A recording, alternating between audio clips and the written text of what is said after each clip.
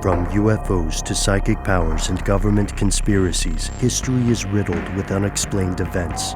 You can turn back now or learn the stuff they don't want you to know.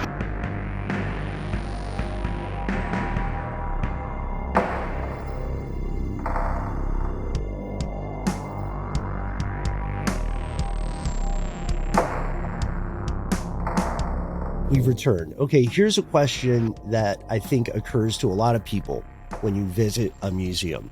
You see a big building, probably with a lot of other ancillary buildings, and they probably have some off-site storage, especially if they're in a really dense city like New York would be a perfect example. Then you say, hey, why isn't... I heard there was a collection of Picasso paintings here. Where are they? I already got in the door. I'd like to see this Picasso stuff. And they say, oh, we're not exhibiting those. You're like, why? Isn't that your job? Why would a museum not want people to see certain things? Why would they not have certain exhibits out there? In some cases, due to security concerns, like you can't have just anybody looking at this stuff. That's a CIA museum. In other cases, it's back to the days of cabinets and curiosities. They're private entities, and the decision about who gets to go in is entirely up to the whim of the person who owns the collection. You know what I mean? Yeah. Like there's some bonkers private collections around the world owned by some very, very wealthy people. I always think back to, Nicolas Cage supposedly owned a T-Rex skull, Yes. No wonder he'll do whatever movie you throw at him. Michael Jackson, apparently had all kinds of crazy stuff. What did he have? Like the bones of some kind of chimp or something like that. I can't remember. He had an actual chimp, but then he also had some bones. Weird stuff. But yeah, I mean, I it's all in who you know, I guess, right? Yeah, I think it's accurate. There's something also along these lines to imagine. And this comes to me via some intel I got on club promoters here in Atlanta. The concept of closing down a place for a certain amount of time so that you're generating demand within that area or that city, it like builds up until you reopen it again. And you've maybe changed the exhibit around a little bit, but it's like a brand new experience. And you can do it now, but then you close it again. Enforced exclusivity. Yeah, it's a big deal. And it is being applied on numerous fronts to every human being because it just works. It's hacking psychology. This does occur in museums. I think that's a very good point, Matt. But we also need to be clear when we say even museums you would consider open to the public also hide away various works of art, like legitimate masterpieces. And it's no secret that museums are almost always not showing everything they have at once. Shout out Smithsonian. But the odds are this is less due to conspiracy and much more due to logistical constraints. Like these works of art, especially the really fragile stuff like paintings that are hundreds and hundreds of years old, they need a lot of TLC. They have to be meticulously maintained at very, very specific temperatures. They have to have people who have trained their entire lives as art restoration experts to come in and figure out how to keep the thing from disintegrating. And second, and this is like a Larry David moment, I was surprised by how common this complaint is. Second, if you hear museum directors and curators talking about why they don't have everything out in the public space, they'll just start complaining that their museum does not physically have the space to display its stuff. They're not hiding some revelatory missing books of the Bible, though more on that in a second. They're prioritizing what they can show off, and then they're closing and they're cycling through their exhibits, just like you said, Matt, to maintain interest, and then they're reopening a new wing, etc. So it's much more bureaucracy in real estate, really. Except for in the case of the Smithsonian's long-standing secret collection of giant bones that we all know is real. I am so glad you said that. Yes. Yes, the root of the hidden history of giants conspiracy is that the Smithsonian is, for some nebulous reason, motivated to hide giant bones. They made that decision in some weird board meeting, and they said, giants are real, and we really don't want people to know. Yeah, we got to collect all these bones. We're going to pay for them. We're just going to collect them all and hide them away in the basement. Yeah, originally the Smithsonian was just a bunch of giant bone hunters, and the museum was a front, but the museum did so well, they went legit. You know what I mean? That's like what happened. It's like I picture, isn't that the thing that happens sometimes in organized crime? Like organized criminals will open a front, and then they'll think, actually, we're making more money from being an actual laundromat, you know? Yeah. and then the sausages end up in your local grocery store. And there they go. Don't ask how they're made. No, don't ask. It's gross. It's gross. So this leads us to another category of museums that are related. These are museums that are technically, on paper, open. They're open to you. You can go, but you are never going to get there, or the odds are very much not in your favor. One place that really stands out is museums in countries like the DPRK or North Korea. They all have these very grandiose names, like the Victorious Fatherland Liberation War Museum in North Korea. Matter of fact, think of every museum in that country. Sure, once you are in the country, your government liaison will gladly take you to several of these museums. Will kind of make you. Yeah. Well, it goes back to Matt's point earlier in the podcast about how it's all about the intent of the museum. And in countries like this, the intent of the museum is to big up the country and to big up the leadership and not to point out the mistakes of the past or anything along those lines. So it absolutely could be a museum of propaganda. I think the argument is from the rest of the world, the argument is that those are very much propaganda museums. But you make a great point. Mistakes don't exist in North Korea, by the way, officially. Yeah. It's kind of like, what was that excellent film about? Oh, the death of Stalin. Oh yeah. He literally, we've talked about it on the show many times. He had people erased in that he had them killed, but also then removed from the record, cut out of photographs, like pre-photoshopped out. Yeah. And you run into a similar surreal situation there. So yeah, once you're in, you're going to end up having to go to museums, whether you like to or not, because to go in legally, you have to be part of a state sanctioned tour. But can you imagine going to that museum though? Seriously. Yeah. I think sounds amazing to me. I think about it a lot. Honestly, you know me, man. But to legally enter North Korea, speaking from experience, it's kind of a tall milkshake. You run the risk, especially if you're a Westerner, you run the risk of accidentally sparking an international crisis. You could be detained and then die under mysterious circumstances, as happened recently. You can do some other stuff if you don't want to support the regime, or you don't want to potentially put yourself in harm's way.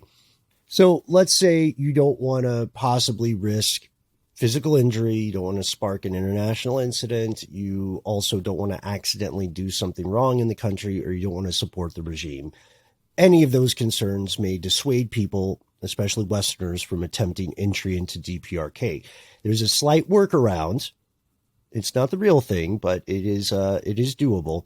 You can visit from the South Korean or Republic of Korea side of the border, and then there's an entire tourism industry around this. You'll see tunnels. You can crawl through tunnels from the Korean War. You can learn about the fraught history of the peninsula.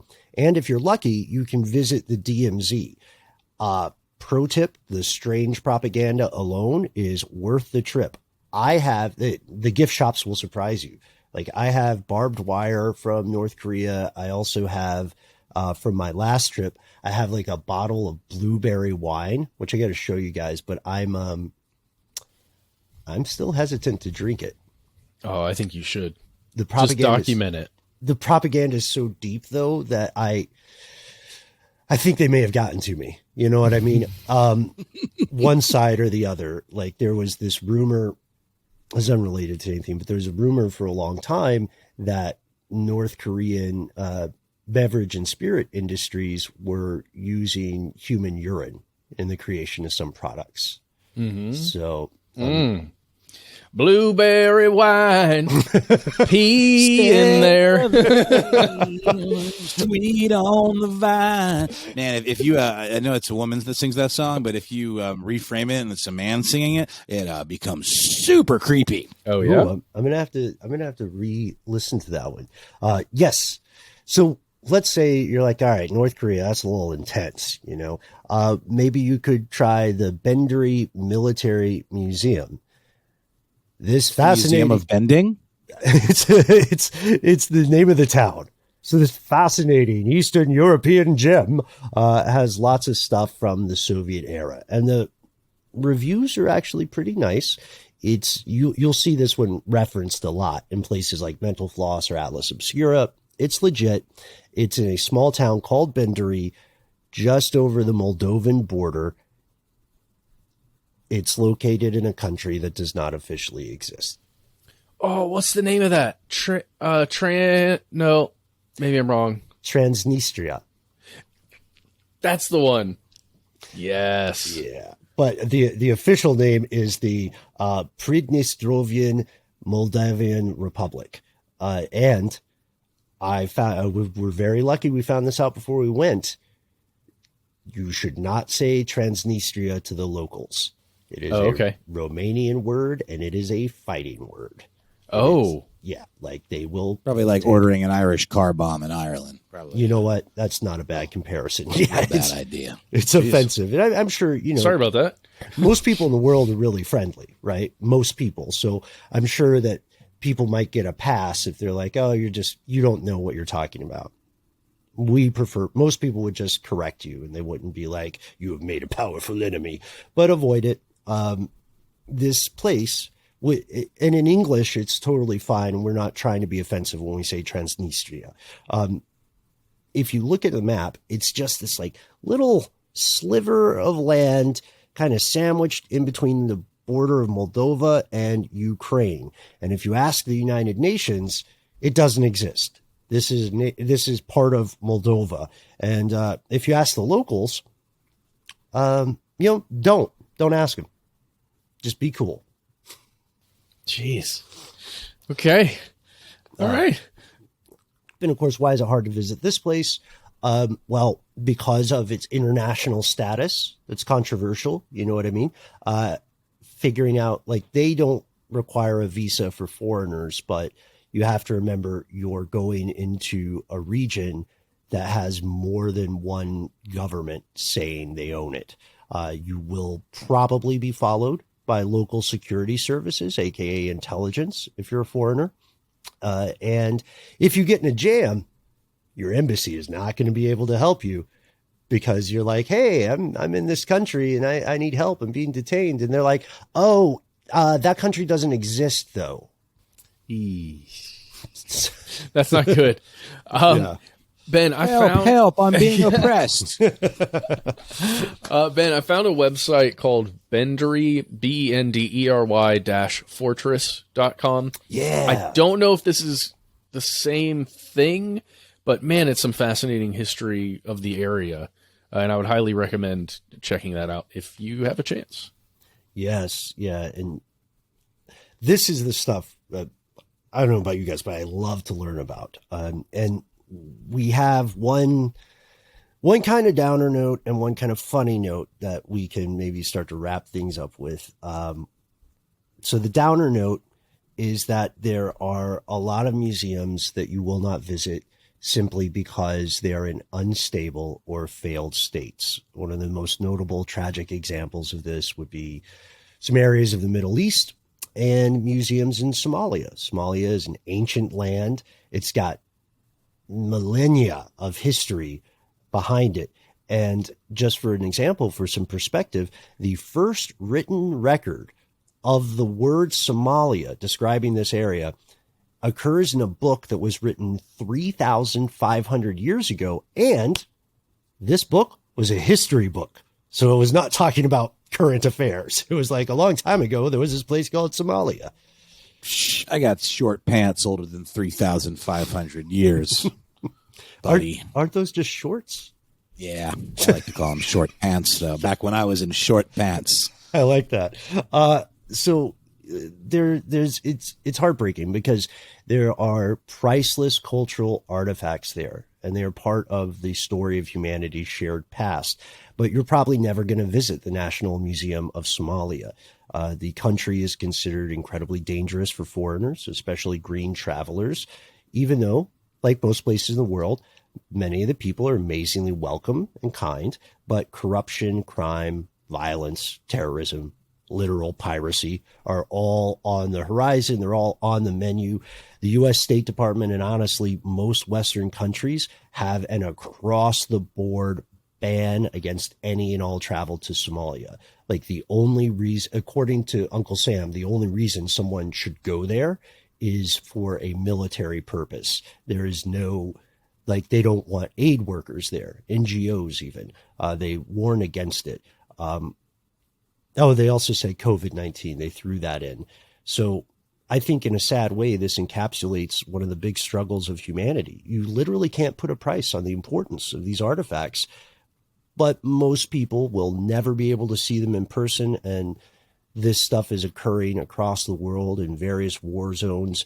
And it makes me think of the people who are working at these museums, the ones who are keeping it open, despite all the chaos and pandemonium and corruption. It seems like a thankless task to sort of keep the flame of knowledge alive. It reminds me of Foundation, which is a great series by Isaac Asimov. Those folks, I don't think we should say this lightly, they're heroes. They're not action movie heroes, maybe, but it's no, you're right. You're right. And I just want to right now say thank you, Robert Byer, for running the CIA museum. Thank you, Robert Byer. Listen, man, we're trying to get in there. Any help you can give us, we're big fans of the CIA museum. So let's touch on like some lighter stuff. So we mentioned earlier, I think, Noel, you mentioned the Vatican. You might be saying, hey guys, where can I see banned books from the Bible? Where can I find that Apocrypha, those grimoires, those hidden secrets of this ancient organization? Well, your best bet is probably the Secret Vatican Archive, which does not mean what you might think it means. And as we established in an earlier episode, getting access to that is even more difficult than getting an invite to the CIA museum. It's such a messed up system. You can request to read anything in there, but you have to specifically know what you're asking for. There's no browsing, which I think is a very clever strategy on their part. But I found one thing we can end on, and so we're not on a wholly depressing note. This gave me a bit of a chuckle. We got to shout out one more museum, the Conspiracy Museum. Did you guys hear about this? There was? No, I didn't. I'm intrigued. Well, I mean, does it have anything to do with the original conspiracy theory? It's funny because it was created by a person describing themselves as an assassinologist. It's located in downtown Dallas, right across the street from the Kennedy Memorial. And we never got the chance to visit. The reason that none of us can go to this museum is that it closed down at the end of 2006. As much as I think all of us would like the Conspiracy Museum itself to be the victim of a conspiracy, something that got too close to the truth, if you do a little digging, the demise is much more mundane. They lost their lease, and last we heard, the museum was going to be replaced by a Quiznos. Oh, so it's not all a loss. No, Quiznos is not bad. But laid low by Big Q, the first Big Q, the other one's QAnon. And so since we were all big fans of museums, maybe one of the best ways for us to end this is to talk about some of our favorite obscure or weird museums. I'd like to give a shout out, for instance, to the Museum of Jurassic Technology, over there in California. Yeah, I've always wanted to go. What's the deal? It doesn't. It's not what it sounds like. It is not a dinosaur museum. It's like weird. It's like a weird artsy kind of like museum, right? What's the deal? Yeah. I almost, I'm so pro spoiler, but not everybody is. I almost don't want to explain it. I feel like next time we're in California, because we'll probably all have to go to LA at some point pretty soon. So next time we're there, let's just make a day and go to the museum. It's a Flintstones museum, right? Okay, sure. I believe it's in El Segundo, right? El Segundo, so if you need to go back to get your wallet, you can also check out the Museum of Jurassic Technology. Ben, there's another one that you turned me on to recently, maybe because you shared it on Instagram, or I think you visited. It's like an anti-museum kind of, or something like that, or it has like weird computery kind of like, I don't know. Gosh, I'm doing a bad job of describing it. Can you remember what I'm referring to? Was it in New York? I think so. Was it really small? It was small. It was the museum. That's it. Exactly. The museum. I follow them on Instagram, and it's just like, it's kind of like a weird art project of a museum, right? Like it's obscure, nonsensical technology. Maybe in the realm of like what Meow Wolf might do with like some of their weird art exhibits. Yeah, man. It's it describes itself as object journalism. So you can find stuff like like one exhibit for a while was fast food from countries that have U.S. sanctions on them. So like Iran just has a homegrown version of McDonald's, for instance. You can also see the DIY improvised gear that protesters and activists made to resist things like gas attacks, stuff like that. It's amazing. I really like that one. It is small. It's not you're not going to spend the whole day there. It is like one room, but yeah, that's a great one. You mentioned the Mutter Museum. That's a great one. I've not been, but I'm a big fan of all the imagery I've seen. Next time I'm in Philly, I'm going to make it a point to go. Like I just said, I just visited the Guggenheim, and it's the building alone is worth the price of admission, which for me was free because it was free museum Saturday. But that's like a really cool, weird Frank Lloyd Wright building. You kind of go around these like balconies that all circle upward, and so you sort of organically experience the exhibits. There was a Kandinsky exhibit when I was there, and he's really neat, and I hadn't really seen a whole heck of a lot of his work, and it was really, really right up my alley. A museum that I really, really enjoyed that I went to it was when I was in DC during the Women's March, the International Spy Museum in Washington, D.C. It's fantastic. It has everything from like, the kind of little microfilms hidden in, pens and things like that, and all kinds of weird tools that were used by spies from all around the world. Recording devices, cars retrofitted with like weird, James Bond type gear and weapons and things like that. Lots of really cool interactive exhibits and a really gangbusters gift shop. Mm-hmm. And also, I always wanted to check out the Museum of Broken Relationships in Croatia. That's my life right there. I know, right? Talking about Sonder. Shout out to anyone who recognizes that reference. Yeah, that museum is it's an assemblage of things that people have donated when they have their hearts broken. So you'll see wedding dresses, handcuffs, letters, all kinds of stuff. And then I also wanted to give a shout out to a museum that I don't think I'm going to visit unless I happen to be in the area.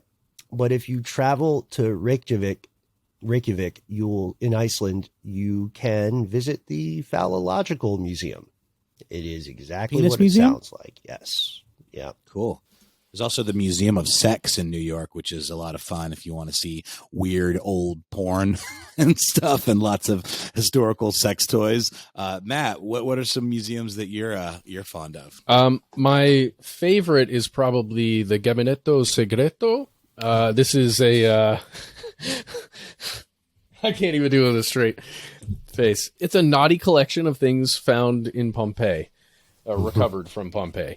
Mostly phallic imagery and frescoes of, people having intercourse with another dong museum. Things. Yeah. People are really into that, historically. Matt, I have to ask you, none of us have been to this museum yet, but hopefully we can go one day. Do they have the guy I consider the hero of Pompeii in there? The god? No. The hero of Pompeii. This is my mind. I'm arbitrarily voting this guy hero of Pompeii with absolutely no right to do so. No qualifications. Hero in my mind is the guy who perished during the volcanic eruption at Pompeii. Mid coitus?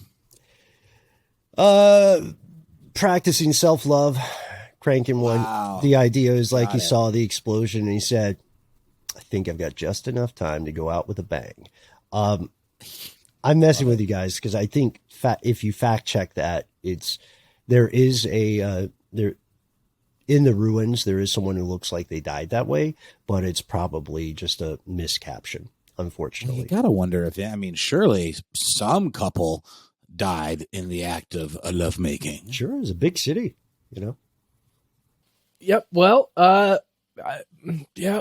Well, some people perish doing weird things. It's a weird way to end this episode, you guys. But we can talk more if you want to learn more about that. It's also called the Secret Museum or the Secret Cabinet. Head on over to ItalyMagazine.com. They've got it's a minor write up on it, but it's got some cool information if you want to learn about it. And we would like to hear from you. What are the strange, unusual, and or obscure museums in your neck of the global woods? Have you been one of the fortunate few people able to enter some of the museums we referenced today? And if so, what's your take? And do you know of other museums that are restricted to the public that we didn't get to? We cannot wait to hear from you. We try to be easy to find online.